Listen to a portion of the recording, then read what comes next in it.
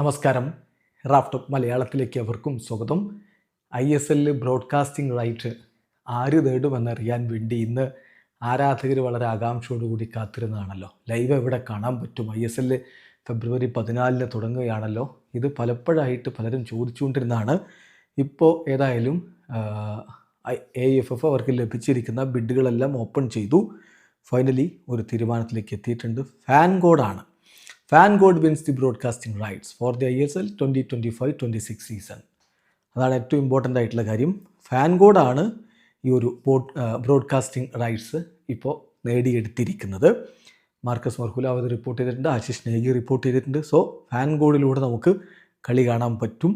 അതോടൊപ്പം തന്നെ KPS ആണ് ഈ ഒരു പ്രൊഡക്ഷനുള്ള ഒരു ബിഡ് നേടിയെടുത്തിരിക്കുന്നത്.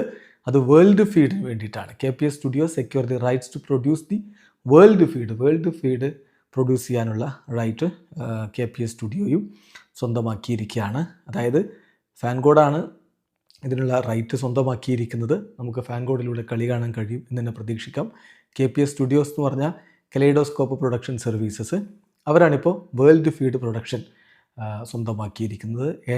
ഏതായാലും AIFFൻ്റെ ടെൻഡറൊക്കെ വിളിച്ച് ഇപ്പോൾ അതിലൂടെയാണ് ഈ ടീമുകൾ, ഈ ഒരു കമ്പനികൾ ഇപ്പം ISLൻ്റെ ബ്രോഡ്കാസ്റ്റിംഗ് റൈറ്റ് സ്വന്തമാക്കിയിരിക്കുന്നത്. ഏതായാലും ഇന്ത്യൻ ഫുട്ബോളിന് തീർച്ചയായിട്ടും ഇത് ഒരു പോസിറ്റീവായിട്ടുള്ള സൈൻ തന്നെയാണ്. പലരും ബിഡുമായിട്ട് മുന്നോട്ടേക്ക് വന്നു.